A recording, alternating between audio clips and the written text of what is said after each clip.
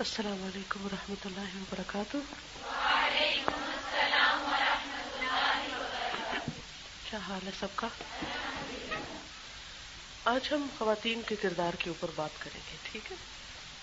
نحمدہ ونصلی علی رسولہ الکریم، اما بعد فاعوذ باللہ من الشیطان الرجیم، بسم اللہ الرحمن الرحیم۔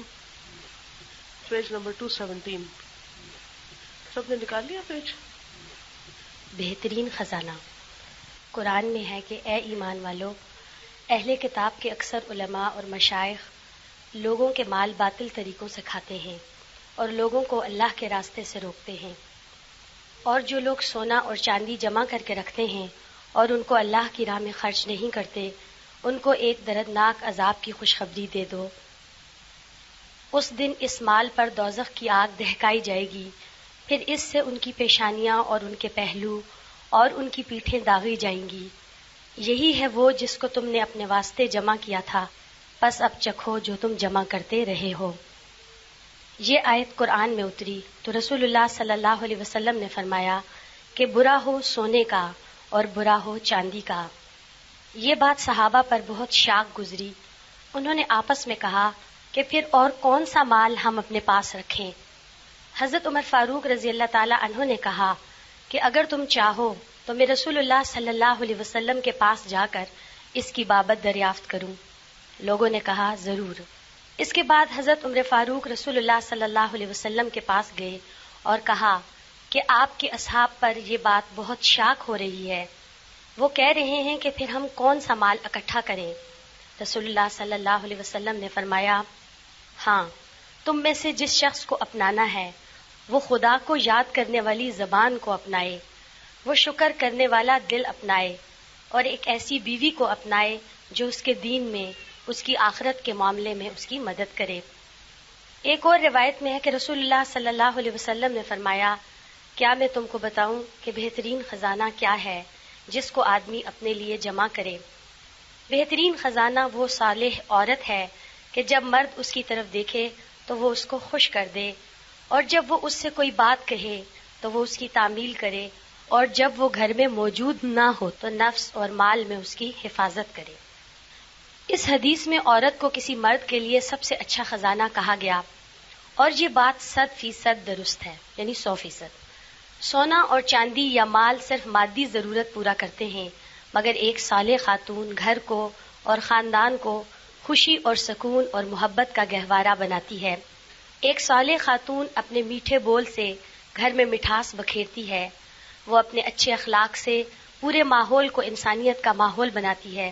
اس کا شریفانہ برتاؤ ہر ایک کو شرافت کی تربیت دینے کا ذریعہ بن جاتا ہے۔ اس کی پیدائشی نرمی اس کو نرم گفتار اور نرم کردار بناتی ہے، اور پھر گھر کی پوری فضا اسی رنگ میں رنگ جاتی ہے۔ عورت اپنی فطری صلاحیت اور اپنے فطری حالات کے اعتبار سے گھر کی انچارج ہے۔ گھر کے نظام میں اس کو مرکزی شخصیت کا درجہ حاصل ہوتا ہے، اس لیے گھر کے بننے یا بگڑنے میں اس کا رول بے حد اہم ہے۔ ایک عورت کے بننے سے گھر بنتا ہے اور ایک عورت کے بگڑنے سے گھر بگڑ جاتا ہے، اسی لیے عورت کو بہترین خزانہ کہا گیا۔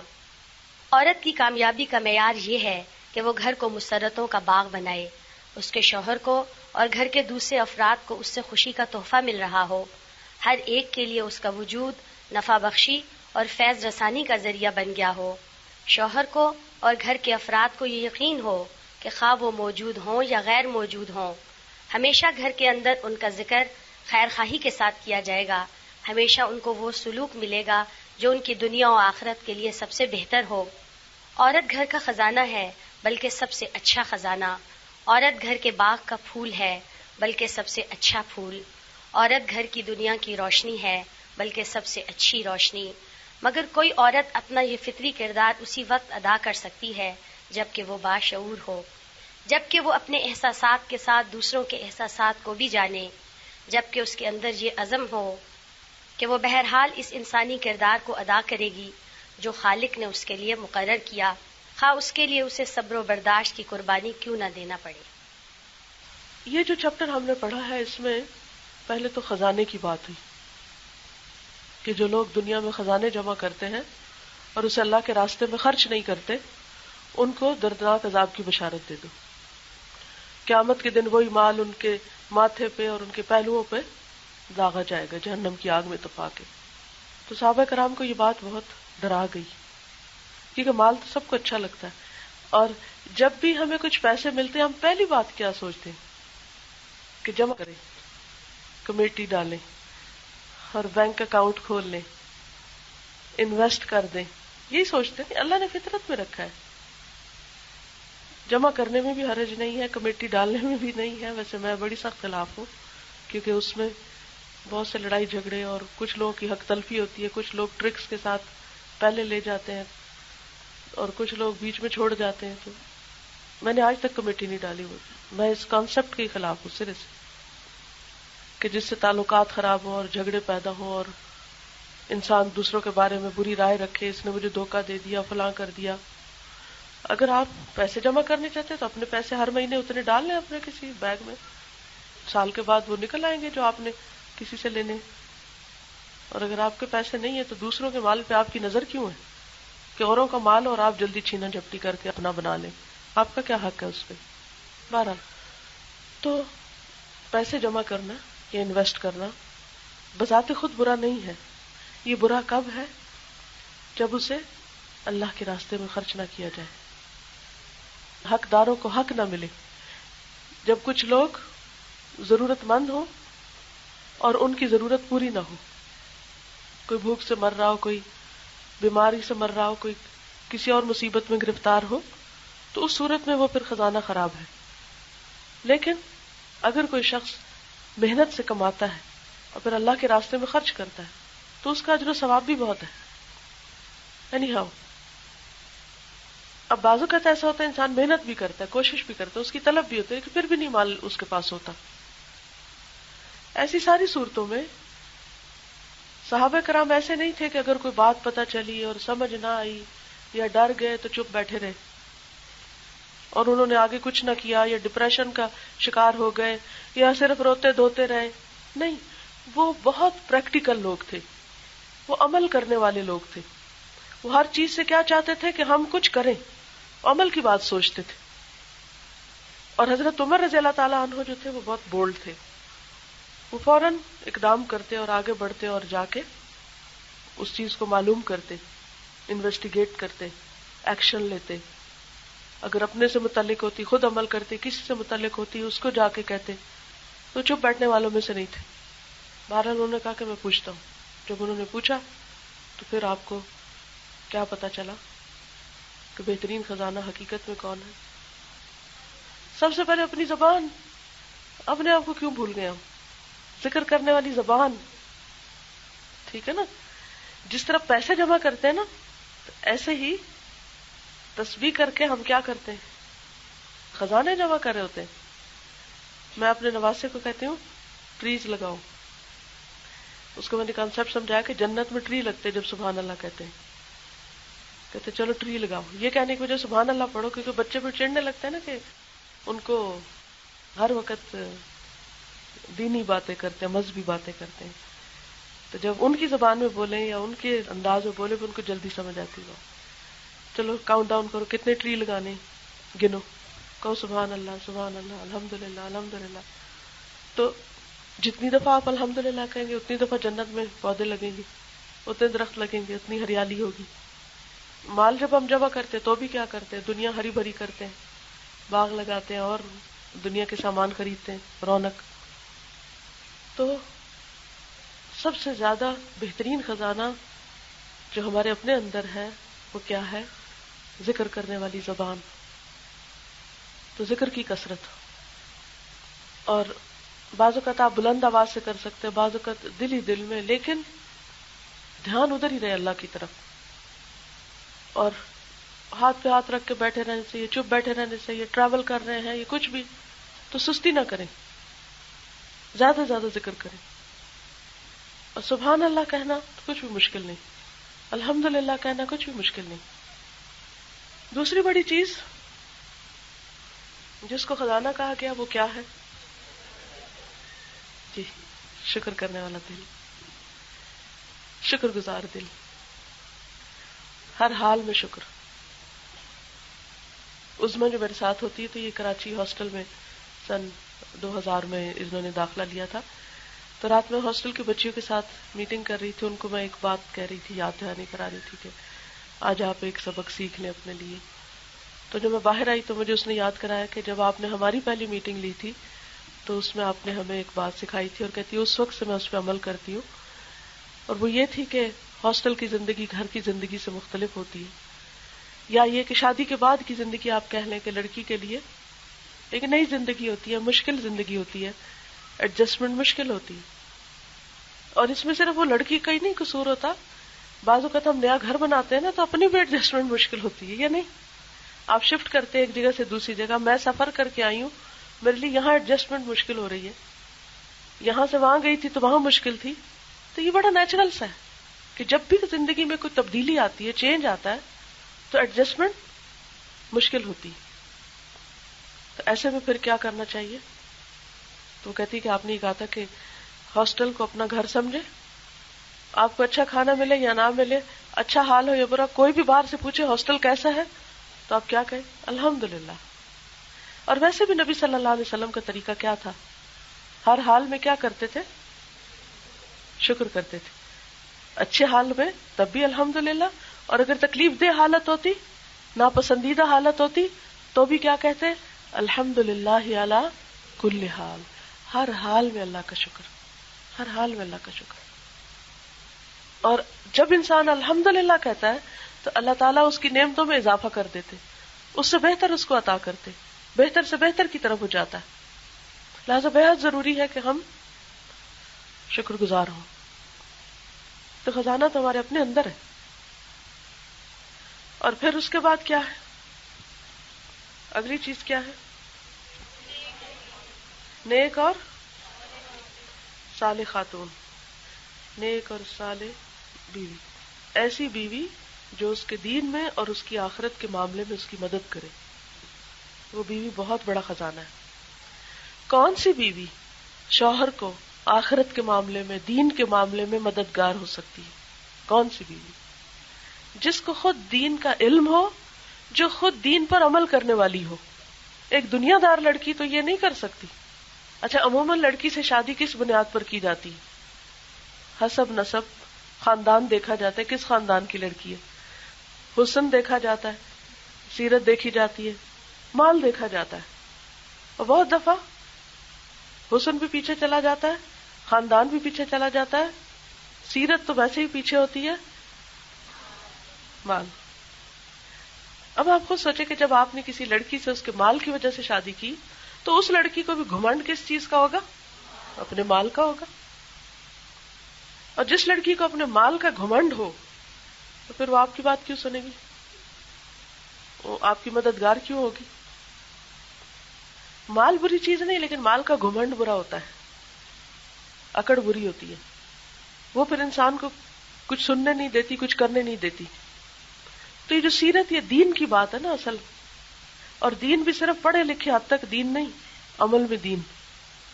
اور صرف اپنے عمل میں بھی نہیں. کئی عورتیں ہوتی ہیں وہ خود نماز روزے کی بڑی پابند ہوتی ہیں، شوہر اچھا کرے برا کرے جو کرے ان کو نہیں اس کی پرواہ. ان کو اس سے غرض ہوتی شوہر کیا کما کے لا رہا ہے، شوہر ان کی دنیا کو کتنا آسان بنا رہا ہے. تو اصل نیک صالح بیوی کون سی بیوی خزانہ ہے؟ جو اپنے شوہر کی مددگار بنے اس کے دین اور اس کی آخرت پر. یہ ہے کرائیٹیریا ایک نیک بیوی کا. اور پھر ایسی عورت جو شوہر دیکھے تو دل خوش کر دے اور اس کی بات مانے. ایسی عورت کا انجام کیا ہے؟ وہ جنت کے جس دروازے سے چاہے داخل ہو، اتنا بڑا اعزاز اس کو ملے گا. آپ کو پتا مردوں کے لیے تو کتنی شرطیں ہیں جنت کے کسی دروازے سے داخل ہونے کے لیے. عورت کے لیے اس کے شوہر کے ساتھ اچھا معاملہ اس کے جنت میں داخلے کا سبب ہے، اور بڑے باعزت داخلے کا. لیکن یہ منزل اور یہ مقام قربانی کے بغیر نہیں حاصل ہو سکتا. جنت کا حصول اتنا آسان نہیں ہے. اس کے لیے صبر اور برداشت کرنا پڑے گا. شوہر کی بری عادتیں، اس کی لاپرواہیاں، اس کی ناسمجھی، اس کی بہت ساری ایسی چیزیں کہ جو نہیں اچھی لگتی، ان کو برداشت کرنا پڑے گا. اور پھر اس کے دین پر اس کی مدد کرنی پڑے گی. مثلا ہم کیا کر سکتے ہیں شوہر کی دین پر مدد کرنے کے لیے؟ ان کو نماز کا حکم دیں، ہم کہیں کہ ہم ان کے دین کی مدد کر رہے ہیں ان کو نماز کا حکم دے کر، ٹھیک ہے. اس میں آپ دیکھیے کہ مدد کرنے کا مطلب یہ ہے کہ جیسے نماز کا وقت ہے اور اس نے الارم نہیں لگایا تو آپ لگا دیں، آپ گرم پانی کا انتظام کر دیں، آپ جوتے شوتے سامنے لا رکھیں، یعنی وہ ماحول پیدا کرے گھر میں جس کی وجہ سے اس کے لیے کیا ہو، مسجد جانا آسان ہو، نماز پڑھنا آسان ہو. یہ نہیں کہ نماز کا وقت اور آپ اپنے مطالبے لے کے شروع ہو جائیں اور یا اپنی شکایتیں لے کے بیٹھ جائیں.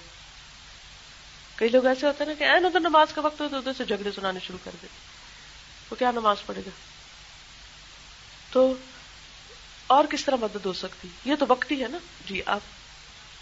جی ہاں، زندگی میں قناعت، مطالبات کم، روکھی سوکھی پہ گزارا کر لے، لیکن کیا کریں؟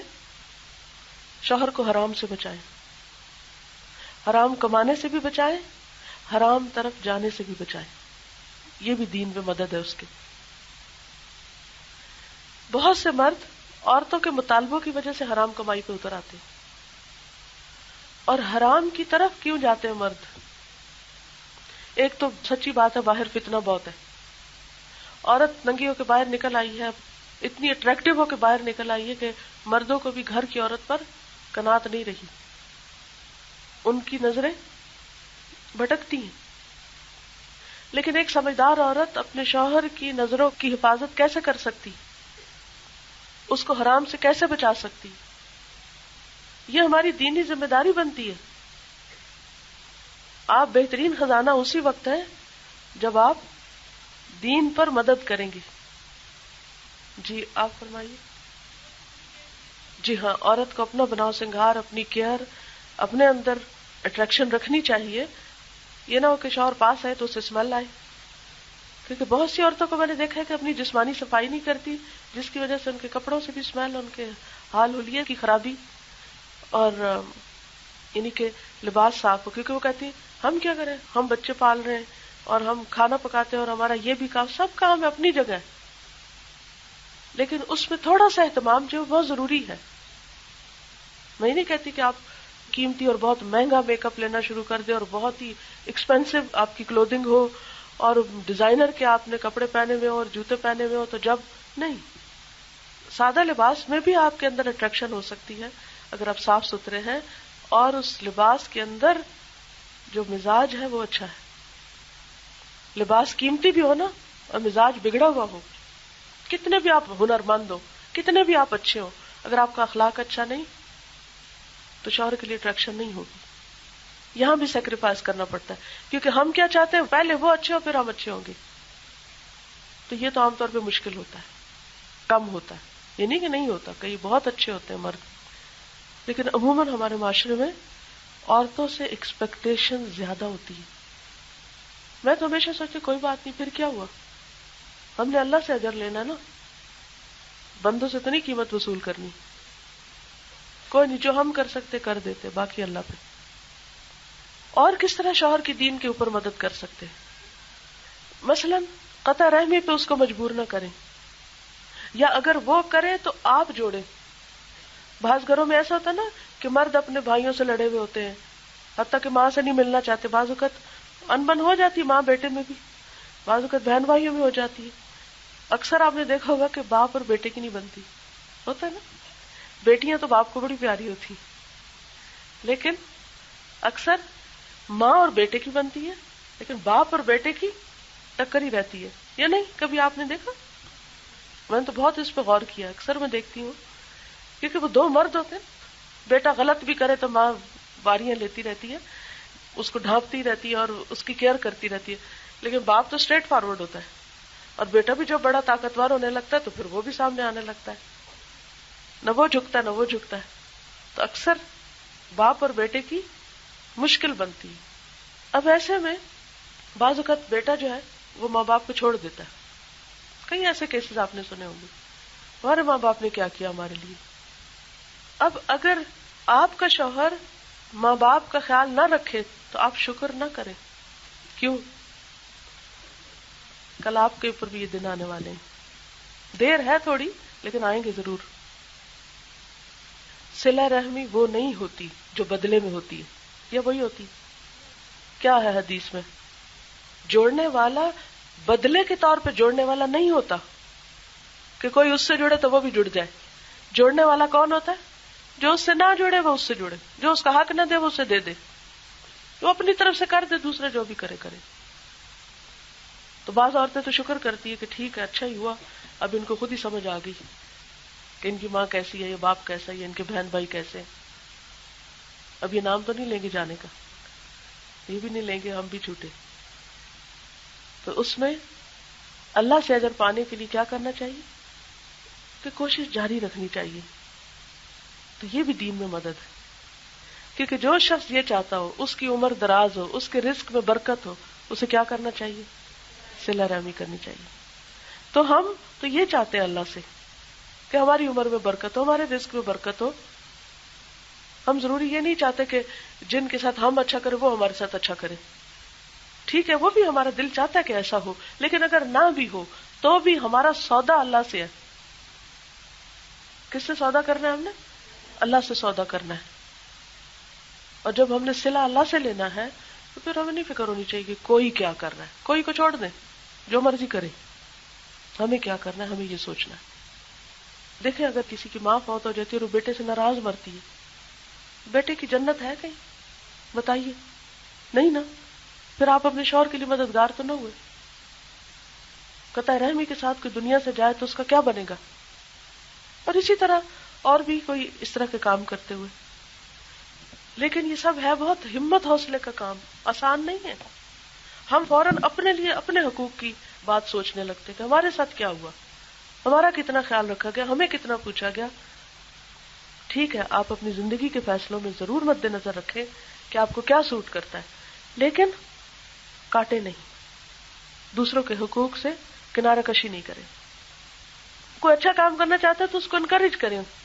مثلا صدقہ دینا چاہتا ہے اللہ کے راستے میں، تو کس کا کردار سامنے رکھیں گے؟ ام دہدہ کا. جب ان کے شوہر نے کیا کیا تھا، جس باغ میں ان کا گھر تھا وہ دے دیا اللہ کے راستے میں، اور آ کے دروازے سے کہا کہ ام دہدہ باہر آ جاؤ، میں نے یہ گھر اللہ کے راستے میں دیا. تو انہوں نے کیا جواب دیا تھا؟ تم نے بہت نفع کا سودا کیا، بہت اچھا کیا. آج کتنی عورتیں جو یہ کہیں گی کہ جس گھر میں عورت رہ رہی ہو، شوہر کہیے میں نے اللہ کے راستے میں ڈونیٹ کر دیا، تم باہر آ جاؤ، وہ تو وہی شور نہ بچا دے گی، پولیس کو بلا لے گی. یہاں تو پتہ نہیں پولیس آتی ہے یا نہیں، وہاں کینیڈا میں یہ بہت ہوتا ہے. ذرا شوہر سے شکایت ہوئی تو پولیس کو بلا لیا، اور مسئلہ پہلے سے بھی زیادہ بگڑتا ہے، کیونکہ شوہر کی انا مجروح ہوتی ہے. جو عورت شوہر کی انا مجروح کر دیتی ہے نا، وہ اپنے لیے مصیبتوں کے پہاڑ کھڑے کر دیتی. مرد کی انا کو نہ مجروح ہونے دیں، اس کی ایگو بہت اسٹرانگ ہوتی ہے. اینی ہاؤ اگر وہ صدقہ خیرات کرنا چاہے تو اس میں روڑے نہ اٹکائے، مددگار بنے. اب آپ کو پتا ہوتا ہے کہ اس صدقے کا مطلب ہے ہمارے فلاں حق میں کمی. جب آپ کے حق میں کمی تو وہ آپ کی طرف سے بھی صدقہ ہو گیا، تو اس میں صبر کر جائے کہ ہمارا بھی حصہ پڑ جائے گا. اس نے جو دینا تھا وہ دے دیا، اور وہ جو دینے جا رہا وہ دے دے گا، لیکن ہم اس پہ ناراض ہو کر کیا کر رہے؟ اپنا اجر ضائع کر رہے. اور کیسے مدد کریں؟ جی پیچھے سے آپ فرمائیے. جی ہاں، بعض اوقات شوہر زکوٰۃ نہیں دیتے، بزنس کرتے زکوٰۃ ہی نہیں دیتے. اگر کہے تو ناراض ہوتے ہیں، کہتے تم کون ہو اتنی نصیحتیں کرنے والی، ہمیں پتہ ہے، ہم زیادہ جانتے ہیں. اب اس میں آپ یہ نہیں کہ ایک دفعہ ڈانٹ کھا کے کہ اب تو آج کے بعد میری قسم کہ میں جو دوبارہ کہوں یہ میں بھی نہیں کہوں گی، نہ کرے، میرا کیا، میں نے جانا ان کی جگہ قبر میں، آپ جائیں گے، جائیں جو مرضی کرے. یہ نہیں کرنا. پھر تھوڑے دن کے بعد پیار سے پھر توجہ دلائیں، کیا خیال ہے کہ اچھا ہم بعض اوقات میں صرف اسٹریٹ بولتے جاتے زکوٰۃ دے دیں، زکوٰۃ دے دیں، یہ ہو جائے گا. نہیں، عموماً کوشش یہ کیا کریں کہ بات اس وقت کریں کہ جب کوئی اس کا اثر بھی ہو. مثلا کوئی مصیبت آ گئی، خدا نخواستہ کوئی تکلیف آ گئی، تو اس وقت ہلکے سے کہے کہ مجھے تو ڈر لگتا ہے کہ کہیں جو ہم زکوٰۃ نہیں دیتے تو اس وجہ سے ہی نہ آئی ہو. یعنی کیونکہ وہ بات جو نا دل پہ جا کے لگے گی. یہ بھی نہ کہ ہم نے جو نہیں نہ دی، دیکھا نا اب یہ ہو گیا، یہ نہیں فتویٰ سنانا.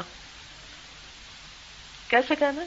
مجھے تو یہ ڈر لگتا ہے کہ کہیں جو ہم یہ نہیں کرتے تو کہیں اس کی وجہ سے یہ نہ ہو جائے، اس سے اس کی انا نہیں مجروح ہوگی.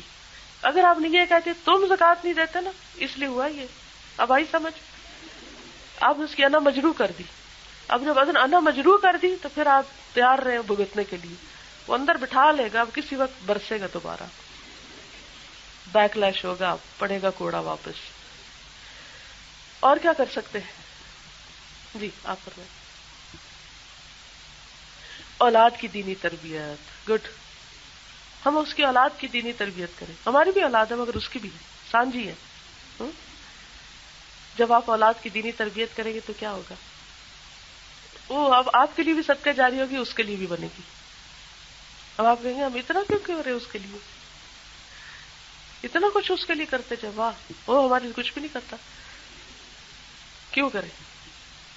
من شکر فانما یشکر لنفسہ، جو شکر گزار ہوگا وہ دوسرے پہ احسان نہیں کرے گا، وہ اپنی ذات کے لیے کرے گا. جب حضرت سلیمان علیہ السلام کے پاس وہ ملکہ کا تخت لایا گیا تھا نا، سورۃ النمل میں آتا ہے، تو اس کو دیکھ کے کیا کہا؟ ھذا من فضل ربی لیبلونی ااشکر ام اکفر ومن شکر فانما یشکر لنفسہ ومن کفر فان ربی غنی کریم. تو بات یہ ہے کہ اس پہ کوئی احسان نہیں، اپنا ہی فائدہ ہے، اپنا ہی بھلا ہے. ایک تو جو کوشش ہم کر رہے ہیں اس کی اسٹرگل، اور دوسرے یہ کہ بہترین خزانہ بننے کے لیے اس کی مدد، کیونکہ سانجھا کام ہے نا، مشترکہ کاروبار ہے، مشترکہ کام ہے. تو سانجھا کے کام میں ہمیشہ انسان کو ڈز اٹھانی پڑتی ہے. پارٹنرشپ میں کہیں نہ کہیں کمی بیشی لگ جاتی، اور اکثر پارٹنر جو ہیں وہ صرف اس لیے نہیں صحیح کام کرتے کہ دوسرے کو زیادہ فائدہ نہ ہو جائے اور میں ہی کیوں زیادہ کام کروں. تو زندگی تنہا گزر نہیں سکتی. بہترین نتائج مل کے کام کرنے سے ہی آتے، اور بعض اوقات ایک فریق کو زیادہ قربانیاں کرنی پڑتی. اصل میں تو اس کو کہی گئی بات کہ تمہارے لیے خزانہ ہے، تم اب اس کی قدر کرو، اس کی کیئر کرو، اس کی حفاظت کرو. کیونکہ خزانے کی کیا ہوتی؟ حفاظت ہوتی. سب سے زیادہ عزیز ہوتا ہے خزانہ. کہا تو مردوں کو جا رہا ہے، لیکن اس وقت چونکہ ہمارے سامنے نہیں تو ہمیں تو اپنا پارٹی دیکھنا ہے کہ ہمیں کیا کرنا ہے. ہم پھر خزانہ بنے کیسے؟ اگر بندوں کے نزدیک ہماری قدر و قیمت نہ بھی ہوئی تو اللہ کے ہاں تو کوئی ویلیو ہوگی نا انشاءاللہ. ایسے اکثر ہوتا ہے کہ اپنے رشتہ داروں کی ہم خوبیاں بیان کرتے اور سسرال کی خامیاں، لہذا مرد کا دل بھی اپنے رشتہ داروں سے بعض اوقات بددل ہونے لگتا ہے، اور پھر اس کا نقصان کیا ہوتا ہے؟ وہ قطع رحمی ہونے لگتی. پھر سبب کون ہوتا ہے؟ اللہ تو دیکھ رہا سبب کون ہے، آپ ہیں یا کوئی اور ہے. اور یہ چیزیں بچپن سے سکھائے، جیسے آپ کے اگر بیٹے ہیں تو خاص طور پر بیٹوں کو سکھائے. مجھے ایسا لگتا ہے کہ بیٹیوں کی نسبت بھی میری ذمہ داری بیٹے کے حساب سے زیادہ بنتی ہے. ایک تو سمجھانا مشکل ہوتا ہے، اور دوسرا یہ کہ وہ مانتے مشکل ہے، اور تیسرا یہ ہے کہ ظاہر ہے کہ بیوی کی بات تو کم مانتے ہیں، تو ماں ہی ہے کہ جس کے ہاتھ تھوڑے بہت لگ جاتے.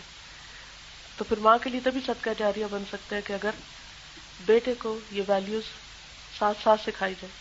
کیونکہ ہم تو پھر بھی چھوڑ ہی دیتے ہیں بعض اوقات، لیکن مرد حضرات اگر کوئی ڈیسیژن لے لینا کہ نہیں ملنا فلانے سے یا نہیں جانا اس کے پاس، تو پھر وہ عورت کو بھی نہیں کچھ کرنے دیتے، مشکل کھڑی کر دیتے ہیں. اور آپ یقین کریں کہ جو لوگ آپ سے صلہ رحمی نہیں کرتے نا، ان کے ساتھ کرنے میں جو لذت ہے، جو لطف ہے، وہ بہت ہی گہرا ہے. جس کا صلہ آپ کو فوراً مل جاتا ہے نا، وہ پھر ایک بوجھ آ جاتا ہے نا، بھائی ہم نے اس لیے تو نہیں کیا تھا. لیکن جہاں سے کچھ نہیں ملتا وہاں کیا آتا ہے؟ اندر تک نا کچھ اترتا ہوا محسوس ہوتا ہے. ایٹ لیسٹ مجھے تو بہت ہی مزہ آتا ہے، مطلب کہ اندر روح کی گہرائیوں تک کوئی چیز چلی گئی ہے کہ یا اللہ یہ تیرے لیے تھا، کسی انسان سے نہیں چاہیے تھا، اور اس نے نہیں کیا تو مجھے کوئی دکھ نہیں ہوا، کوئی ناراضگی نہیں ہے، کوئی غم ہی نہیں ہے. الحمدللہ کہ تو نے مجھے توفیق دی، اور تو توفیق دیتا رہے. کیونکہ یہ بھی اللہ ہی کا کرم ہوتا ہے کہ اللہ توفیق دے دے. تو انشاءاللہ تعالی جب آپ نیت کر لیں گے نا تو اللہ رستے بھی کھولے گا، توفیق دے گا انشاءاللہ. ایک اور چیز جو میرے ذہن میں آ رہی ہے وہ یہ ہے کہ بعض مرد حضرات دین کے کام میں زیادہ مصروف ہوتے ہیں، اس وجہ سے یعنی جو دنیا کا کام کیا پھر اس کے بعد دین کا کام کیا، پھر ان کے پاس ٹائم نہیں رہتا، فیملی کا حق تھوڑا سا چلا جاتا ہے۔ ایسے میں اگر عورت صبر نہ کر سکے تو پھر کیا ہوتا ہے، مرد وہ کام چھوڑ دیتے، تو پھر کون کرے گا؟ اب آپ دیکھیں اس میں مثال ہے کس کی؟ حضرت ہاجرہ کی، ہے یا نہیں؟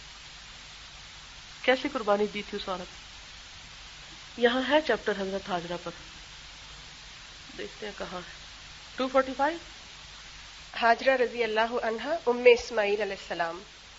زندگی کے نظام میں عورت کی حیثیت بظاہر نصف حصہ کی ہے، مگر عملی اعتبار سے عورت کلیدی کردار کی حامل ہے۔ اسی لیے کہا گیا ہے کہ ہر بڑے آغاز کے پیچھے ایک عورت ہوتی ہے۔ قدیم تاریخ میں اس کی ایک شاندار مثال وہ خاتون ہیں جن کو ہاجرہ کہا جاتا ہے۔ ان کا زمانہ 20ویں صدی قبل مسیح ہے۔ ان کی غیر معمولی قربانی سے عرب کے صحرا میں ایک اعلیٰ درجہ کی نسل تیار ہوئی۔ اسی نسل نے پیغمبر اسلام صلی اللہ علیہ وسلم کی قیادت کو قبول کر کے وہ جد و جہد کی جس کے نتیجہ میں تاریخ کا عظیم ترین انقلاب برپا ہوا۔ حج کے ارکان میں سے ایک رکن وہ ہے جس کو صفا اور مروہ کے درمیان سعی کہا جاتا ہے۔ یہ دو پہاڑیاں ہیں جن کے درمیان تقریباً 395 میٹر کا فاصلہ ہے۔ اس کے علاوہ ہر روز دنیا بھر سے عمرہ کرنے والے عمرہ کرنے کے لیے مکہ پہنچتے ہیں، اور وہ بھی طواف کعبہ کے بعد صفا و مروہ کے درمیان سعی کرتے ہیں۔ اس طرح صفا و مروہ کے درمیان سعی کا یہ سلسلہ سارے سال جاری رہتا ہے۔ یہ سعی کیا ہے جس کو تمام مسلمان خواہ وہ چھوٹے ہوں یا بڑے پوری وفاداری کے ساتھ انجام دیتے ہیں؟ یہ اسی عظیم خاتون ہاجرہ کے نقش کی پیروی ہے۔ حضرت ابراہیم علیہ السلام نے ہاجرہ کو ان کے چھوٹے بچے کے ساتھ مکہ کے پاس صحرا میں ڈال دیا تھا۔ اس وقت ان کے پاس صرف ایک مشک پانی تھا۔ مشک جب خالی ہو گئی تو پانی کی تلاش میں وہ اس پہاڑی سے اس پہاڑی تک 7 بار دوڑی تھیں۔ ان کی یہ دوڑ ان کی عظیم قربانی کا ایک حصہ تھی۔ اللہ تعالیٰ کو یہ قربانی اتنا زیادہ پسند آئی کہ اس کو حج کے ارکان میں شامل کر دیا گیا، اور دنیا بھر کے تمام مسلمانوں پر لازم کر دیا گیا کہ وہ جب حج یا عمرہ کے لیے مکہ آئیں تو اس خاتون کی تقلید میں صفا و مروہ کے درمیان دوڑیں۔ حضرت ہاجرہ کی قربانی سے ایک تاریخ کا آغاز ہوا۔ انہوں نے تاریخ کے سب سے بڑے انقلاب کی ابتدائی بنیاد رکھی۔ گویا کہ انسانی تاریخ میں ان کی حیثیت بانی انقلاب کی ہے۔ ان کی اس قربانی کی بنا پر تمام انسانوں کو ان کے نقش قدم کی پیروی کا حکم دے دیا گیا۔ دور قدیم میں شرک کا رواج اتنا زیادہ بڑھا کہ وہ تہذیب انسانی میں شامل ہو گیا۔ تمام لوگوں کی سوچ مشرکانہ سوچ بن گئی۔ یہی وجہ ہے کہ ایک کے بعد ایک ہزاروں پیغمبر آئے جنہوں نے لوگوں کو توحید کی طرف بلایا، مگر انسانیت کا قافلہ اپنا راستہ بدلنے کے لیے تیار نہیں ہوا۔ اس سلسلے میں آخری تجربہ حضرت ابراہیم علیہ السلام کا تھا۔ انہوں نے قدیم عراق میں توحید کی دعوت دی، مگر لوگ فکری کنڈیشننگ کی وجہ سے شرک کے خلاف سوچنے کے لیے تیار نہ ہو سکے۔ اس کا نتیجہ یہ ہوا کہ قدیم زمانے میں توحید کی دعوت فکری مرحلہ میں باقی رہی، وہ انقلاب کے مرحلہ تک نہ پہنچ سکی، کیونکہ موحدانہ انقلاب برپا کرنے کے لیے انسانوں کی ایک ٹیم مطلوب تھی، اور لوگوں کے عدم ایمان کی وجہ سے ٹیم بننے کی نوبت نہیں آئی۔ اب حضرت ابراہیم علیہ السلام نے وحی الہی کے مطابق ایک نیا منصوبہ بنایا۔ وہ منصوبہ یہ تھا کہ کسی غیر آباد علاقہ میں ایک نسل تیار کی جائے۔ یہ نسل مشرکانہ تہذیب سے دور خالص فطرت کے ماحول میں پرورش پائے تاکہ اس کی فطرت اپنی اصل حالت میں باقی رہے، اور پھر اس کے اندر توحید کی دعوت دے کر اس میں سے افراد کار تیار کیے جائیں جو توحید کی بنیاد پر عالمی انقلاب برپا کریں۔ اسی خاص منصوبے کے تحت 4000 سال پہلے حضرت ہاجرہ علیہ السلام کو ان کے شیرخوار بچہ اسماعیل کے ساتھ عرب کے صحرا میں بسایا گیا۔ اسماعیل علیہ السلام جب بڑے ہوئے تو انہوں نے ایک مناسب لڑکی تلاش کر کے اس سے نکاح کیا۔ پھر ان کی اولاد کے ذریعے یہاں ایک نسل بننا شروع ہوئی۔ توالد و تناسل کی صورت میں یہ سلسلہ صدیوں تک جاری رہا۔ اس طرح صحرا کے فطری ماحول میں جو انسانی نسل تیار ہوئی اس کو بنو اسماعیل کہا جاتا ہے۔ اس کے بعد اپنے وقت پر ان کے درمیان محمد بن عبداللہ صلی اللہ علیہ وسلم بن عبد المطلب پیدا ہوئے۔ آپ نے ان لوگوں سے ایک طاقتور ٹیم تیار کی جس نے جدوجہد کر کے توحید کو فکری مرحلہ سے نکال کر انقلاب کے مرحلہ تک پہنچا دیا۔ اس عظیم منصوبہ کی ابتدا ایک مومنہ کی قربانی سے ہوتی ہے۔ حضرت ہاجرہ رضی اللہ عنہا نے اپنے بچہ کے ساتھ مکہ کے صحرا میں آباد ہو کر اس خدائی منصوبہ کو واقعہ بنایا۔ حضرت ہاجرہ کے اسی عظیم رول کی بنا پر ایسا ہے کہ حج اور عمرہ میں تمام دنیا کے مسلمان اس عظیم خاتون کے نقش قدم پر چل کر صفا اور مروہ کے درمیان سعی کا عمل انجام دیتے ہیں۔ اس واقعے سے اندازہ ہوتا ہے کہ عورت اگر عزم کر لے تو وہ کتنا بڑا رول ادا کر سکتی ہے۔ کئی بار ہوتا ہے کہ حالات کے تحت آپ کو ایسی جگہ جا کے بسنا پڑتا ہے، ایسی جگہ جا کے رہنا پڑتا ہے جہاں نہ ماں باپ قریب ہوتے ہیں، نہ جو رشتہ دار قریب ہوتے ہیں، نہ دوست قریب ہوتے ہیں، کوئی اور بھی جاننے والا نہیں ہوتا، تو عموماً کیا سوچ ابھرتی ہے کہ ہمارے ساتھ بڑا ظلم ہو گیا، بڑی زیادتی ہو گئی، اور ہم شکوے پہ شکوے کیے چلے جاتے ہیں اور یہ نہیں سوچتے کہ یہ اللہ کا فیصلہ ہے۔ بعض اوقات شادی سے پہلے ہم بڑے خواب دیکھتے ہیں، ہم یہ کریں گے، ہم وہ کریں گے، لیکن شادی ایسی جگہ پر ہوتی ہے جہاں 100% پابندیاں ہی پابندیاں، آپ یوں سوچ بھی نہیں سکتے، آپ یوں بول بھی نہیں سکتے، آپ یہ کر بھی نہیں سکتے، آپ گھر سے نکل بھی نہیں سکتے، آپ کچھ بھی نہیں کر سکتے۔ ایسے میں پھر ری ایکشنز کیا ہوتے ہیں؟ کیا ری ایکشن ہوتے ہیں؟ کیا کرتی ہیں لڑکیاں؟ بڑی بڑی باشعور، دینی سمجھ رکھنے والی، دیندار، پرہیزگار، کس پہ اتر آتی ہیں؟ بغاوت پہ۔ کبھی بھی زندگی میں ناپسندیدہ، مرضی کے خلاف حالات پیش آ جائیں تو سوچیں اللہ کا فیصلہ تھا، اللہ نے میرے لیے جگہ رکھی تھی، مجھے ایکسپٹ کر کے انتظار کرنا چاہیے حتیٰ کہ اللہ ان حالات کو بدل دے۔ اور اگر آپ اپنے اخلاق پر، اپنی عبادت پر، اپنے دین پر قائم رہیں تو پھر کیا ہے؟ اللہ تعالیٰ اسی میں سے خیر نکال دے گا۔ الا یہ کہ شوہر یا ماحول کے اندر دین آپ کا مجروح ہوتا ہو کہ آپ اپنے دین پہ قائم نہ رہ سکتے ہو، وہ ایک الگ ایکسیپشنل صورت ہے، کیونکہ ہمیشہ ایسا نہیں ہوتا کہ جو ہم سوچتے ہیں یا جو ہم چاہتے ہیں وہ ہمیں ملے، یہ نہیں ہو سکتا۔ جیسا گھر ہم چاہیں، جیسے لوگ ہم چاہیں، یا جو ہم کرنا چاہیں وہ ہمیں سب کچھ کرنے کی پوری آزادی۔ کئی دفعہ میں نے یہ بھی دیکھا ہے کہ لڑکیوں کو پوری آزادی ہوتی ہے، اس کے باوجود وہ کچھ بھی نہیں کرتی، وہ خود ہی ڈھیلی پڑ جاتی، خود ہی سست پڑ جاتی۔ قابلیت بھی ہوتی ہے، مواقع بھی ہوتے ہیں، اپنا ہی دل نہیں ہوتا، کچھ بھی نہیں کرتے۔ میں نے انتہائی ٹیلنٹڈ لڑکیوں کو دیکھا ہے جن کے پاس سارے مواقع ہیں، صرف ان کے اپنے اندر کوئی عزم ارادہ نہیں، کچھ بھی نہیں کیا انہوں نے۔ اور ادھر آپ دیکھے ہو کہ 395 میٹر 7 ٹائم، اور اب تو وہاں اتنی سہولتیں ہیں، اتنا آرام ہے۔ اس وقت تو وہاں نہ چھاؤں تھی اور نہ پانی، نہ کوئی انسان اور نہ کوئی پرندہ، کوئی جانور بھی نہیں تھا۔ بعض اوقات ایسا تھا نا، انسان نہیں ہوتے تو لوگ جانوروں سے دل بہلا لیتے، کیونکہ جان ہوتی ہے نا ان میں۔ اسی لیے آپ نے دیکھا ہوگا جو لوگ ویسٹ میں تنہا رہتے ہیں کتے پال لیتے ہیں، جانوروں سے دوستی کر لیتے ہیں، ان کو بعض اوقات انسانوں سے بھی زیادہ مقام دینے لگتے ہیں۔ لیکن حضرت ہاجرہ کے پاس تو اسماعیل کے علاوہ کوئی بھی نہیں تھے۔ اس اللہ کی بندی نے کوئی شکوہ ہی نہیں کیا، ناراضی نہیں ہوئی، اسے پتا تھا کہ اس کا شوہر ہر کام اللہ کی مرضی کے مطابق کرتا ہے، اس نے اس کو ایکسپٹ کر لیا۔ تو جب تک شوہر اللہ کی مرضی میں کوئی حکم دے ایکسپٹ کر لینا چاہیے۔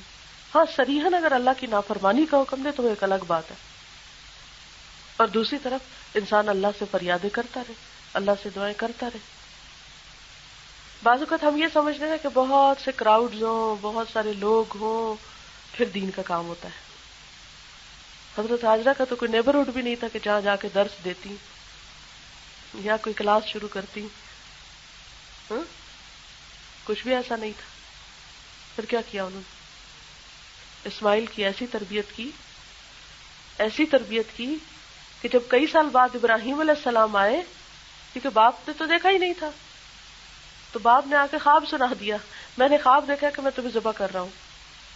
عام حالات میں دیکھے کہ اگر کوئی باپ کئی سال بعد گھر آئے اور آ کے یہ خواب سنائے تو میرا خیال ہے بیٹا خود ہی چھری اٹھا کے پہلے باپ کا کام تمام کرے۔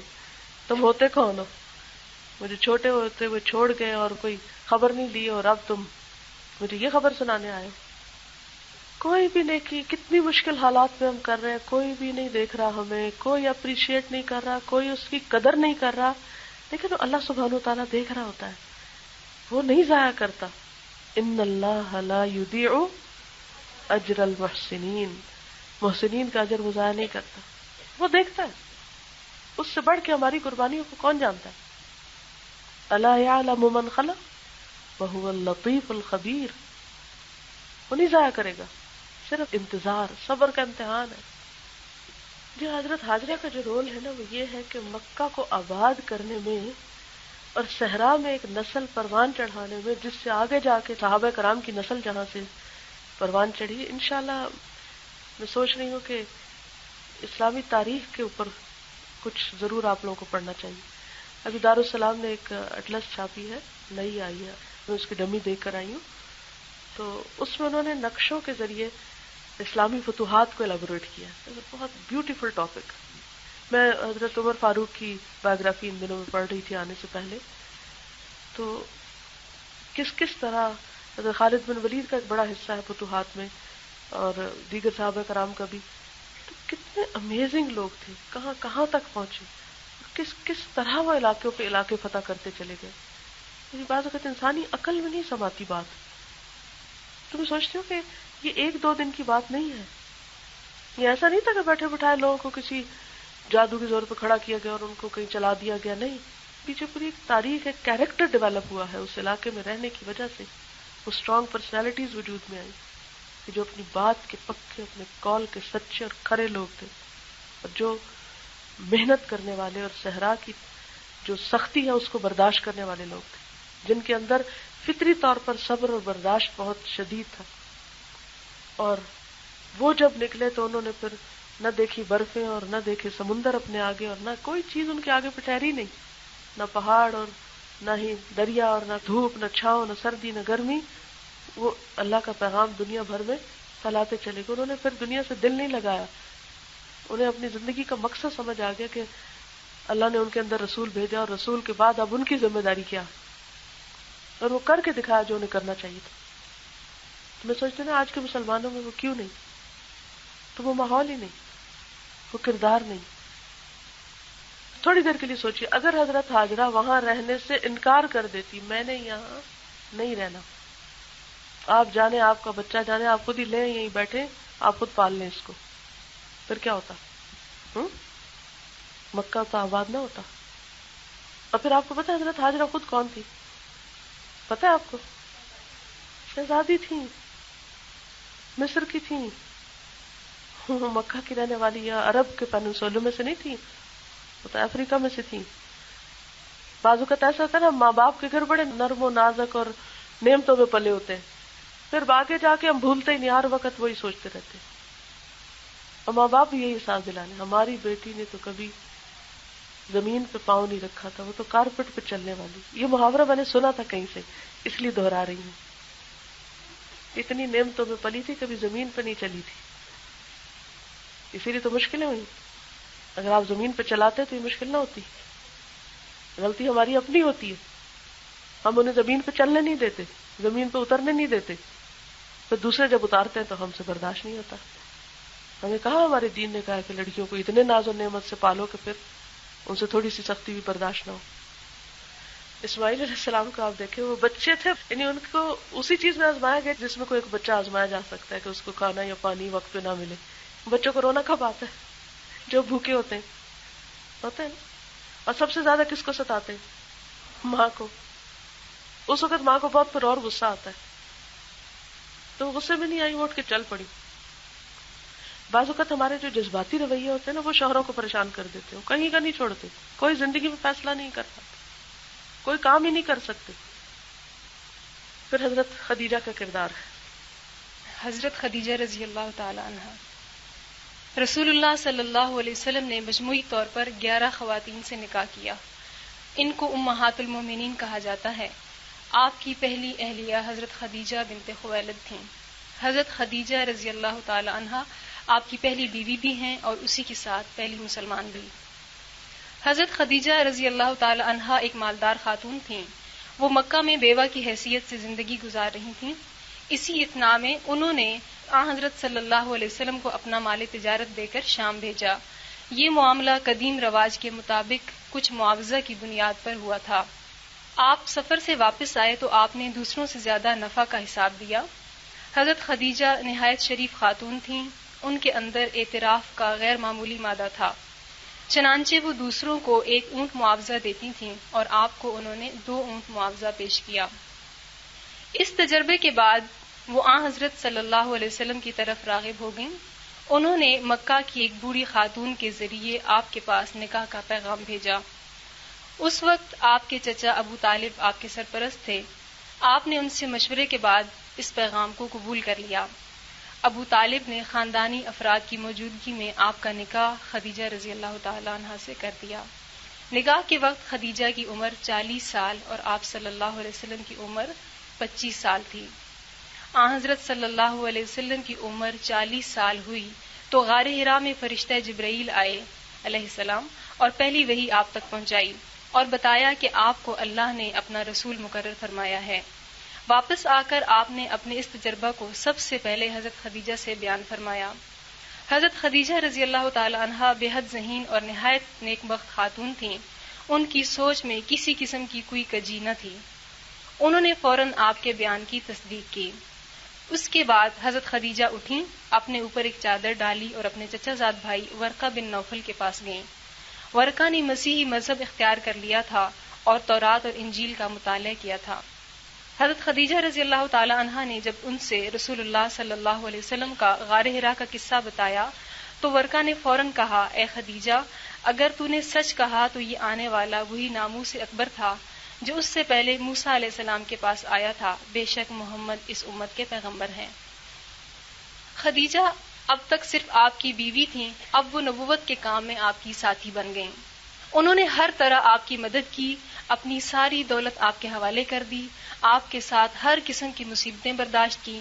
شیب ابی طالب میں آپ کے ساتھ 3 سال گزارے جو ناقابل بیان حد تک تکلیف دہ تھے، مگر ان سب کے باوجود کبھی ایک بار بھی اف کا کلمہ آپ کی زبان سے نہیں نکلا. صحیح بخاری اور صحیح مسلم میں حضرت ابو ہریرہ رضی اللہ تعالیٰ عنہ سے روایت ہے کہ مکہ میں ایک دن حضرت جبریل علیہ السلام آپ کے پاس آئے اور کہا کہ اے خدا کے رسول صلی اللہ علیہ وسلم، یہ خدیجہ آپ کے پاس آ رہی ہیں، ان کے ساتھ ایک برتن ہے جس میں کچھ کھانا ہے. جب وہ آپ کے پاس آ جائیں تو ان کو ان کے رب کی طرف سے سلام پہنچا دیجیے گا اور میری طرف سے بھی، اور ان کو جنت میں ایک ایسے گھر کی بشارت دیجیے جو موتی کا بنا ہوا ہوگا، اس میں نہ کوئی شور ہوگا اور نہ کوئی تکلیف. بشرھا بیت فی الجنت من قصب لا صخب فیہ ولا نصب.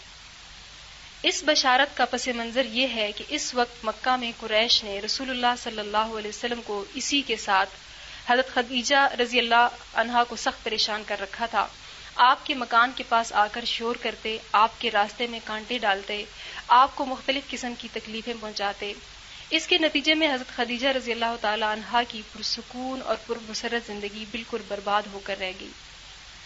رسول اللہ صلی اللہ علیہ وسلم سے نکاح ان کے لیے سادہ طور پر نکاح نہیں تھا، بلکہ اپنے آپ کو مصیبتوں کے طوفان میں ڈال دینے کے ہم معنی تھا. اس وقت آپ کو مذکورہ بشارت دی گئی، اس میں اللہ تعالیٰ کی طرف سے براہ راست آپ کو یہ خوشخبری دی گئی کہ دنیا میں لوگ اگر تم کو پریشان کر رہے ہیں تو اس سے گھبرانے کی ضرورت نہیں. آخرت کی ابدی زندگی میں ہم نے تمہارے لیے ایسا پرراحت محل تیار کر رکھا ہے جو موتیوں اور جواہرات سے بنایا گیا ہوگا، اور اس میں ہمیشہ کے لیے ایک ایسی پرسکون زندگی حاصل ہوگی جہاں نہ کسی کا شور داخل ہوگا اور نہ کوئی تکلیف دینے والا کبھی تم کو کوئی تکلیف پہنچا سکے گا. حضرت خدیجہ رضی اللہ تعالی عنہا کو یہ انعام اس لیے دیا گیا کہ انہوں نے حضور صلی اللہ علیہ وسلم کے ساتھ اس طرح وفادارانہ زندگی گزاری کہ کبھی کسی چیز کے لیے شکایت نہیں کی. آپ نے نبوت کا اعلان کیا تو کسی ہچکچاہٹ کے بغیر فوراً آپ کی تصدیق کی. آپ کے مشن میں آخر وقت تک وہ آپ کی ساتھی بنی رہیں. کیا سیکھا اس سے؟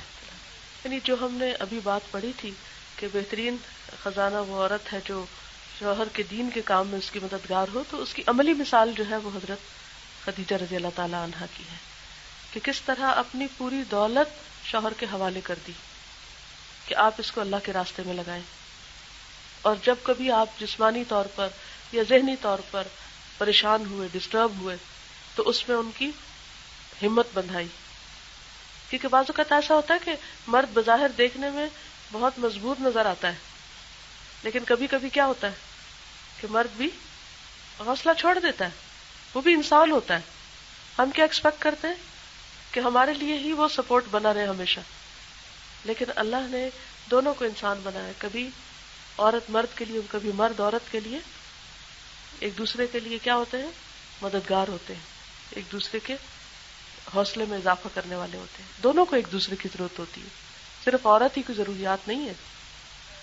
جی، یعنی حضرت خدیجہ کے اندر جو بہت اچھی کوالٹی نظر آتی ہے وہ ہے اعتراف کا مادہ، کہ جو خیر ہے بھلائی ہے اس کو مان لینا. جب نبی صلی اللہ علیہ وسلم نے اچھی تجارت کی تو انہوں نے آپ کی کوالٹیز کا اعتراف کیا اور ایک کی بجائے 2 اونٹ معاوضہ دیا. اسی طرح جب وحی کا پیغام آپ لے کر آئے تو سب سے پہلے انہوں نے ہی تصدیق کی اور اعتراف کر لیا.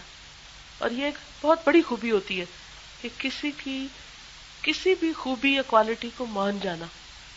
بہت سے کلیشز ہسبینڈ وائف میں کیوں ہوتے کہ دونوں ایک دوسرے کی خوبیوں کا اعتراف نہیں کرتے، حالانکہ دونوں کے اندر کمیاں بھی ہوتی ہیں اور خوبیاں بھی ہوتی ہیں، اور ہر انسان کے اندر ہوتی ہیں. تو لوگوں سے اچھے تعلقات کا راز کیا ہے؟ ان کی خوبیوں یا ان کے اندر پائے جانے والے پوٹینشل یا ان کے اندر جو صلاحیت ہے اس کو مان لیا جائے کہ ہاں یہ ہے، اور پھر اس کو اس کے مطابق ٹریٹ کیا جائے. یعنی ایک سنسیئر ساتھی تھی، اور سنسیئر ساتھی کا مل جانا زندگی میں اللہ کا بہت بڑا انعام ہے. خدیجہ کی ایک اور بہت بڑی خوبی نظر آتی ہے کہ انہوں نے یہ نہیں دیکھا کہ دولت کتنی ہے یا عمر کیا ہے یا اسٹیٹس کیا ہے، کیا دیکھا؟ دیانتداری کتنی ہے. بعض اوقات ہسبینڈ اور وائف اگر دونوں ورکنگ ہو یا دونوں کمانے والے ہوں تو بھی ریلیشن شپ اچھے نہیں رہتے. کیوں؟ خصوصاً اگر عورت کی آمدنی زیادہ ہو. کیا ہوتا ہے؟ خود بھی شیطان وسوسے ڈالتا ہے اور خاندان والے بھی بڑا اچھا کردار ادا کرتے ہیں اس سینس میں کہ تمہیں اس کی کیا ضرورت ہے، تم انڈیپینڈنٹ ہو، اپنی مرضی سے جیسے چاہو زندگی گزارو. حالانکہ نبی صلی اللہ علیہ وسلم نے کیا فرمایا؟ عورت کبھی بھی مرد سے بے نیاز نہیں ہو سکتی. ٹھیک ہے، وقتی طور پہ غصے میں آ کے کہہ سکتی کہ مجھے نہیں ضرورت، میں اکیلی بہت اچھا سب چلا سکتی. یہاں چونکہ عورتوں کے پاس کہیں جانے کی جگہ نہیں ہوتی نا، عام طور پہ ماں باپ بھی نہیں قبول کرتے، بہن بھائی بھی نہیں رکھتے، پھر عورتوں کی مجبوری ہوتی ہے کہ شوہر کے پاس رہیں، اور وہ بھی مجبوری سمجھ کے ایکسپٹ کیے رکھتی ہیں، وہ بھی اپنا دل نہیں لگا پاتی. ویسٹ میں یہ مجبوری نہیں ہوتی. ویسٹ میں اگر کوئی ایک عورت کہے کہ میں نے نہیں رہنا، وہ پولیس کو فون کرے گی، وہ شیلٹر میں بھیج دیں گے، مقدمہ چلے گا، شوہر کی جائیداد میں سے بھی حصہ مل جائے گا، پھر اس کے بعد اس کو الگ گھر بھی کہیں کسی جگہ پر سنگل پیرنٹ میں کہیں نہ کہیں کو ٹھکانہ مل جائے گا، حکومت وظیفہ بھی دے دے گی. اس جھانسے میں آ کے بہت سی عورتیں کیا کرتی؟ اپنا گھر بگاڑ بیٹھتی. وہاں رہتے ہوئے مجھے کئی ایسی خواتین سے پرسنلی ملنے کا اتفاق ہوا جنہوں نے ایسی غلطی کی. اب کیا ہے؟ بچے پلے پڑ گئے. بچے عورت نہیں چھوڑ سکتی کیونکہ بچوں میں اس کی جان ہوتی ہے. اب مرد کی مدد کے بغیر بچوں کو پالنا، اور خصوصاً لڑکوں کو پالنا، لڑکیاں بھی مشکل ہوتی ہے کیونکہ ان کو بھی سنبھالنا بعض اوقات مشکل ہے، کہ لڑکوں کو سنبھالنا زیادہ مشکل ہوتا ہے. اب کیا ہے، جب میاں بیوی دونوں ہوتے ہیں نا تو بچوں کے مسئلے آپس میں ڈسکس کرتے رہتے ہیں کہ بچہ یہ کر رہا ہے، اس کو یوں پڑھا دے، اس کو یوں کریں. وہ جتنا بھی بعض اوقات مرد حضرات کوئی انٹرسٹ نہیں لیتے، پھر بھی مالی طور پہ کسی نہ کسی طرح کہیں نہ کہیں کچھ نہ کچھ ہیلپ کرتے ہی ہیں بہرحال. تو جب عورت بالکل تنہا ہو جاتی ہے نا تو جذباتی طور پہ بھی تنہا ہو جاتی ہے، مالی طور پر بھی، جسمانی مشقت بھی، سارا بوجھ اس پہ آ جاتا ہے. کیا ہوتا ہے؟ مزاج چڑچڑا ہو جاتا ہے. اب وہ بچے کے ساتھ بدسلوکی کرنے لگتی ہے، غصہ دکھائے گی، اس کی وجہ سے میں پھنس گئی ہوں، اگر یہ نہ ہوتا تو میں کہیں اور شادی کر لیتی، وغیرہ وغیرہ. اچھا، اب کیا ہے، بچہ وہ ایک ماں کی شکل دیکھتا ہے روز، ماں اس کو ڈانٹ ڈپٹ بھی کرتی ہے، ماں ہی اس کو پیار کرتی ہے، ماں ہی اس کے لیے سب کچھ ہے. اب دوسرا فریق جو ہے وہ اپنے انڈیویجول لائف گزار رہا ہے، وہ اس نے کہیں اور شادی کر لی، مرد نے، یا کچھ اور کر لیا، اور وہ ایموشنلی بھی سٹیبل ہوتا ہے، اتنی جلدی نہ رونا آتا ہے اور نہ اتنی جلدی عموماً فرسٹریٹ ہوتے. اب بچہ پہلے تو ماں کے پاس ہوتا ہے، جو ہی طرح سمجھدار ہوتا ہے تو پھر وہ کیا کہتا ہے، ہمارا باپ تو اتنا اچھا تھا، سارا قصور ماں کا ہے، یہ مجھے بھی ڈانٹتی رہتی ہے اور ہر وقت اس کا مزاج خراب ہے، لہٰذا اس نے باپ سے بھی اسی کا ہی قصور ہے، اسی نے لڑائی کی ہے. تو کئی کیسز میں کیا ہوتا ہے کہ بچے بڑے ہو کر باپ کی طرف چل پڑتے. اس میں یہ ہے کہ صرف قربانی عورت ہی نہیں کر رہی ہوتی، یاد رکھیے مرد بھی ساتھ ہی کر رہا ہوتا ہے. ہم سمجھتے ہیں ہم مظلوم ہیں، حالانکہ ظلم ادھر بھی ہو رہا ہوتا ہے، اس کو ہم ریئلائز نہیں کرتے. جب ہمارا روز موڈ آف ہو، جب ہم کوئی بات سننے کو تیار نہ ہو، صرف ہم نے شکایتوں کے انبار دل میں رکھے ہوئے ہوں اور ہم اپنے طور پر سیلف پٹی کا شکار ہوں اور ہم سمجھے کہ مرد ہی ظلم ڈھا رہا ہے، تو ایسی عورت سے مرد بھی بہت سفر کر رہا ہوتا ہے. تو بات دونوں طرف ہوتی ہے، تو اس کا کوئی سولوشن نکالنا چاہیے، کوئی حل نکالنا چاہیے. میں یہ نہیں کہتی کہ صرف رونا دھونا جلنا کڑنا اور روز تو میں نہیں، اپنی کوئی مصروفیت نکالے، کوئی تعمیری کام کرے، ان چھوٹے چھوٹے مسائل سے اوپر اٹھے تو آپ دیکھیں گے کہ بہت سے مسئلے حل ہو جائیں گے. تھوڑی سی دن کے لیے جگہ تبدیل کر لیں، لیکن فوری طور پر دن نہ گننے شروع ہو جائے. اتنے دن ہو گئے یہ ناراض ہے، مجھ سے بات نہیں کی، لہٰذا اگلے دن تو اب میں برداشت نہیں کر سکتی، میں بھی جا رہی ہوں. ضد مقابلے بازی سے کچھ حاصل نہیں ہوتا. وہی نہیں کہتی کہ عورت کے اوپر اگر اس کو اتنا ظلم ہو رہا ہے کہ اس کی جان کو خطرہ ہے، یہ اتنا ظلم ہو رہا ہے کہ اس کو کھانے کو نہیں دیا جا رہا، یہ اتنا ظلم ہے کہ اس کے کسی حق حقوق کی خبر ہی نہیں، تو وہ کہے کہ نہیں میں تو قربانی کر رہی ہوں اور میں تو ادھر ہی ٹھیک ہوں. یہ نہیں ہے مطلب یہ ہے کہ حالات کی اصلاح، تعلقات کی اصلاح کے لیے ساری کوششیں بھی ساتھ کی جائیں، لیکن چھوٹی چھوٹی باتوں کو ایشو نہ بنایا جائے. مسئلہ اس وقت ہوتا ہے جب رائی کے پہاڑ بننے لگتے ہیں، جب غیر ضروری مسائل کھڑے کر لیے جاتے ہیں، جب موڈ آف کر لیا جاتا ہے. کیونکہ عورت جذباتی ہوتی ہے. میں نہیں کہتی کہ مرد کا کوئی قصور نہیں، مرد کے بھی بہت سے قصور ہوتے ہیں، بعض اوقات بہت زیادہ وہ بھی تنگ کرتے، ذلیل کرتے ہیں عورتوں کو، ناجائز فائدہ اٹھاتے ہیں. لیکن ساری باتوں کو کہنے کا مطلب یہ ہے کہ زندگی کو پھولوں کی سیج نہ سمجھے. زندگی کا سفر سموتھ نہیں ہے، اس میں پریشانیاں آئیں گی، اس میں رکاوٹیں آئیں گی، ان کو خوش اسلوبی کے ساتھ نبھاتے چلے جائیں. چلیے اگلا پڑھیے. حضرت عائشہ رضی اللہ تعالی عنہا. حضرت عائشہ رضی اللہ تعالی عنہا حضرت ابو بکر رضی اللہ تعالی عنہ کی صاحبزادی تھی. ہجرت سے 8 سال پہلے مکہ میں پیدا ہوئی اور 66 سال کی عمر میں 58 ہجری میں انتقال کیا. حضرت خدیجہ رضی اللہ تعالی عنہا کے انتقال کے بعد خولہ بنت حکیم نے آپ کی طرف سے حضرت ابو بکر رضی اللہ تعالی عنہ کو نکاح کا پیغام دیا. حضرت ابو بکر رضی اللہ تعالی عنہ نے کہا کہ اس سے پہلے مطعم بن عدی اپنے بیٹے جبیر سے عائشہ رضی اللہ تعالی عنہ کے نکاح کا پیغام دے چکے ہیں، اس کو میں نے منظور بھی کر لیا ہے اور خدا کی قسم ابو بکر نے کبھی کسی وعدے کا خلاف نہیں کیا. حضرت ابو بکر صدیق رضی اللہ تعالی عنہ اس کے بعد مطعم کے ہاں جا کر اس سے ملے. اس سے پوچھا کہ عائشہ سے اپنے بیٹے کے نکاح کی بابت تمہارا کیا خیال ہے؟ مطعم نے اپنی بیوی سے کہا کہ اس معاملے میں تم کیا کہتی ہو؟ بیوی نے حضرت ابو بکر سے مخاطب ہو کر کہا کہ تم سے رشتہ کرنے میں مجھ کو یہ اندیشہ ہے کہ کہیں میرا لڑکا صابی یعنی بے دین نہ ہو جائے اور اپنا آبائی مذہب چھوڑ کر تمہارے مذہب اسلام میں داخل ہو جائے. ابو بکر دوبارہ مطعم بن عدی سے مخاطب ہوئے اور پوچھا کہ اے مطعم تم کیا کہتے ہو؟ مطعم نے جواب دیا کہ میری بیوی نے جو کچھ کہا وہ آپ نے سن لیا. اس طرح مطعم اور ان کی بیوی دونوں نے رشتے سے انکار کر دیا. اس کے بعد حضرت ابو بکر رضی اللہ تعالی عنہ نے سمجھ لیا کہ وعدے کی ذمہ داری ان کے اوپر نہیں ہے. اب حضرت ابو بکر رضی اللہ تعالی عنہ نے خولہ سے کہا کہ تمہارا پیغام مجھے منظور ہے. اس کے بعد مقرر وقت پر رسول اللہ صلی اللہ علیہ وسلم حضرت ابو بکر رضی اللہ تعالی عنہ کے مکان پر گئے. وہاں عائشہ رضی اللہ تعالی عنہا سے آپ کا نکاح ہوا. مہر 400 درہم مقرر ہوا. اس واقعے میں یہ سبق ہے کہ معاشرتی معاملات میں اگر کبھی کوئی بات ٹوٹ جائے تو اس سے دل گرفتہ نہیں ہونا چاہیے. ہو سکتا ہے کہ اس کے بعد کوئی نیا خیر نکلنے والا ہو. چنانچہ سردار مکہ کے لڑکے سے عائشہ رضی اللہ تعالی عنہا کا رشتہ ٹوٹا، مگر اس کے بعد انہیں پیغمبر اعظم کی بیوی بننے کا شرف حاصل ہوا. حضرت عائشہ رضی اللہ تعالی عنہا رسول اللہ صلی اللہ علیہ وسلم سے بہت چھوٹی تھی. یہی وجہ ہے کہ آپ کی وفات کے بعد وہ تقریباً 50 سال تک زندہ رہیں. اس نامساوی نکاح کی مصلحت یہ تھی کہ عائشہ رضی اللہ تعالی عنہا بے حد ذہین تھیں اور ان کے اس اخذ یعنی ان کا جو گراسپ تھا اس کی بے پناہ ان کے اندر صلاحیت تھی، اور اس نکاح نے ان کی خداداد صلاحیت کو سارے عالم کے لیے مفید بنا دیا.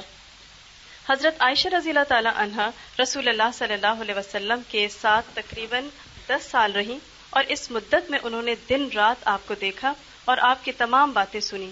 اس طرح علم دین اور حکمت اسلام کا بہت بڑا ذخیرہ ان کے دماغ میں جمع ہو گیا. آپ صلی اللہ علیہ وسلم کی وفات کے بعد انہوں نے اس علم نبوی کو امت تک پہنچایا اور وہ تقریباً نصف صدی تک زندہ ٹیپ ریکارڈر بنی رہیں.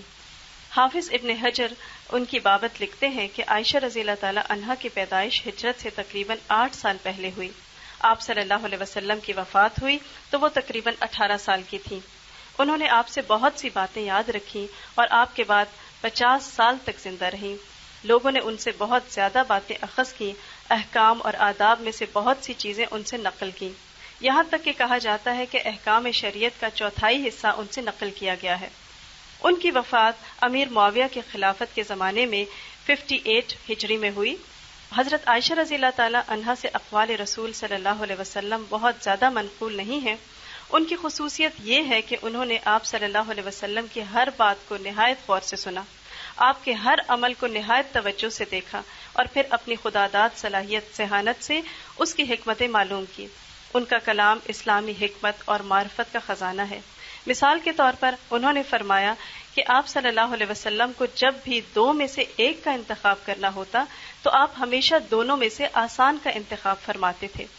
ان کے اس قول میں معنی کا خزانہ چھپا ہوا ہے.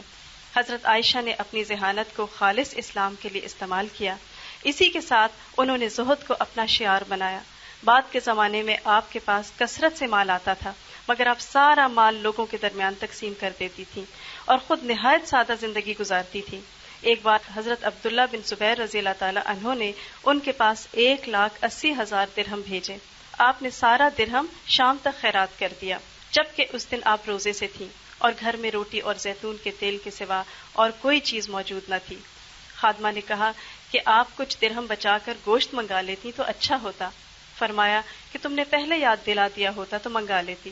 یہ زہد ہی حکمت کا دروازہ ہے. جو یہ چاہتا ہو کہ خدائی معرفت اور اسلامی حکمت کا چشمہ ان کے ذہن میں جاری ہو، اس کو اس دنیا میں مادی چیزوں سے بے رغبت ہو کر رہنا ہوگا. کیا سیکھا اس سے؟ حضرت عائشہ رضی اللہ تعالی عنہا نے اپنی ذہانت کو اسلام کے لیے استعمال کیا اور بہت چھوٹی عمر سے سیکھنا شروع کیا. بعض اوقات ہمارے بچے کافی بڑے بھی ہو جاتے تو ہم سوچتے ہیں ابھی تو بچے ہی ہیں نا، ابھی نہیں ان کو سمجھ آئے گا، ابھی کیسے. لیکن ہر بچہ مختلف ہوتا ہے.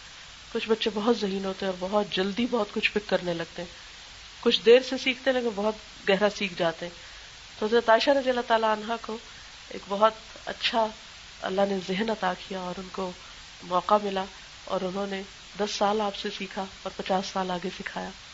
اور انہوں نے صرف قولی احادیث نہیں روایت کی. قولی احادیث کم ہے، زیادہ تر کون سی احادیث ہے؟ فعلی، آپ کے فعل اور عمل کو روایت کرنے والی. اور یہ زیادہ مشکل کام ہوتا ہے، کسی چیز کو آبزرو کر کے پھر اس کو نریٹ کرنا آگے. اگر کوئی سوال آپ کو کرنا ہو یا کوئی بات پوچھنی ہو تو آپ کر سکتے ہیں. جی یہ کہہ رہی ہیں کہ یہ جتنی بھی باتیں ہم نے سیکھی ہیں ان پر عمل اسی صورت میں ہو سکتا ہے جب ہمارا اپنا تعلق اللہ سبحانہ و تعالیٰ سے بہت مضبوط ہو. جب وہ مضبوط ہوتا ہے نا تو ایک خاص قسم کی انرجی ہوتی ہے، نہ پھر کسی کی باتیں چپتی ہیں، نہ کسی کے رویے پھر مایوس کرتے ہیں انسان کو، نہ انسان کو کسی چیز کے جانے کا غم لگتا ہے. پھر انسان مطمئن ہو جاتا ہے، نفس سے مطمئنہ ہو جاتا ہے انسان کا. یہ نہیں کہ انسان کو جن یا فرشتہ ہو جاتا ہے کہ کوئی اور مخلوق بن جاتا ہے. چیزیں ہوتی ہیں وقتی طور پہ وہ ہٹ بھی کرتی ہیں لیکن اس کا اثر ایسا نہیں ہوتا کہ انسان کسی منفی رویے کا شکار ہو جائے. تو کسی حال میں اللہ سے رابطہ کمزور نہ ہو. ان کے ذہن میں یہ سوال پیدا ہوا کہ اللہ سے تعلق کیسے مضبوط ہو. تو اس کا جواب بھی یہاں ہے کہ ذکر کرنے والی زبان اور شکر کرنے والا دل، اور ذکر میں ہر طرح کا ذکر. اور مجھے جس چیز نے بہت زیادہ فائدہ دیا وہ قرآن سے تعلق. وہ علامہ اقبال کا ایک شعر ہے نا کہ 2 عالم سے کرتی ہے بیگانہ دل کو، عجب چیز ہے لذت آشنائی. اور اللہ کی آشنائی، اللہ کی معرفت قرآن ہی سے حاصل ہوتی ہے. اور قرآن سکھاتا ہے پھر کائنات اور باقی چیزیں قرآن کی نظر سے نظر آئیں تو ہی پھر وہ اللہ کی یاد کا ذریعہ بنتی ہے، چاہے وہ دنیا کی چیزیں کیوں نہ ہو. انی احببت حب الخیر عن ذکر ربی. پھر ہر چیز انسان کو اللہ کی یاد دلاتی ہے، چاہے وہ دل کو اچھی لگے یا وہ دل کو اچھی نہ بھی لگے. اور پھر تعلق کی مضبوطی کے لیے وہ طریقے اختیار کرنے پڑیں گے کہ جو باقاعدہ ہوں، جن میں ناغہ نہ ہو. جیسے صبح کے وقت قرآن پاک کا ناظرہ پڑھنا، حدیث کا مطالعہ، کتابوں کا مطالعہ، نیک لوگوں کی صحبت، اچھے لوگوں سے تعلق جو ایک دوسرے کو سہارا دیتے ہیں، وتواصوا بالحق کرتے ہیں، وتواصوا بالصبر کرتے ہیں. تو پھر انسان چلتا رہتا ہے. جی ان کا سوال یہ ہے کہ اگر گھر والوں کی طرف سے بہت پریشر ہو اور قطع تعلقی کا، تو کیا بغیر بتائے پھر ہم فون کر سکتے ہیں، جیسے خالہ ہو یا کچھ؟ اس میں وجہ دیکھنی چاہیے کہ بچے کو مثلا خالہ کو فون کرنے سے فی الحال کیوں روکا ہوا ہے. کوئی ایسی وجہ ہو سکتی ہے نا بعض اوقات. تو اس میں آپ گھر والوں ہی کو اس چیز پر لائیں، چھپ کے کوئی چیز نہ کریں، کیونکہ چھپ کے کرنے کے نقصان ہوتے ہیں بعض اوقات. اور اس میں آپ اپنے دل میں رکھیں کہ میرا تو کوئی قطع تعلق نہیں، میں تو ٹھیک ہوں، مجھے جب موقع ملا میں ملاقات کر لوں گی، یہ میرے دل میں کسی کے لیے کوئی ایسی بدگمانی نہیں ہے. بعض اوقات ینگ گرل جب چھپ کے کسی بھی رشتے دار سے کوئی کانٹیکٹ کریں گی تو اس میں کچھ چیزیں ایسی بھی ہو سکتی جو درست نہ ہو. اور دوسری بات یہ ہے کہ بعض اوقات جیسے شوہر پابندیاں لگا دیتے، خبردار جو ماں سے ملی، اگر تم بہن سے ملی تو طلاق دے دوں گا، فلاں ہو گیا تو یہ ہو جائے گا. کچھ عرصے کے لیے کیا کریں؟